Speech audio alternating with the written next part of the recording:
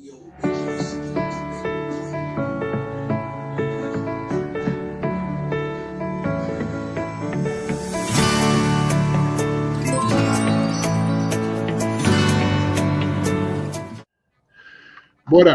Júnior, já entendi o seu ponto de partida. Aí você está vendo? Aonde está escrito que Abraão é o primeiro judeu?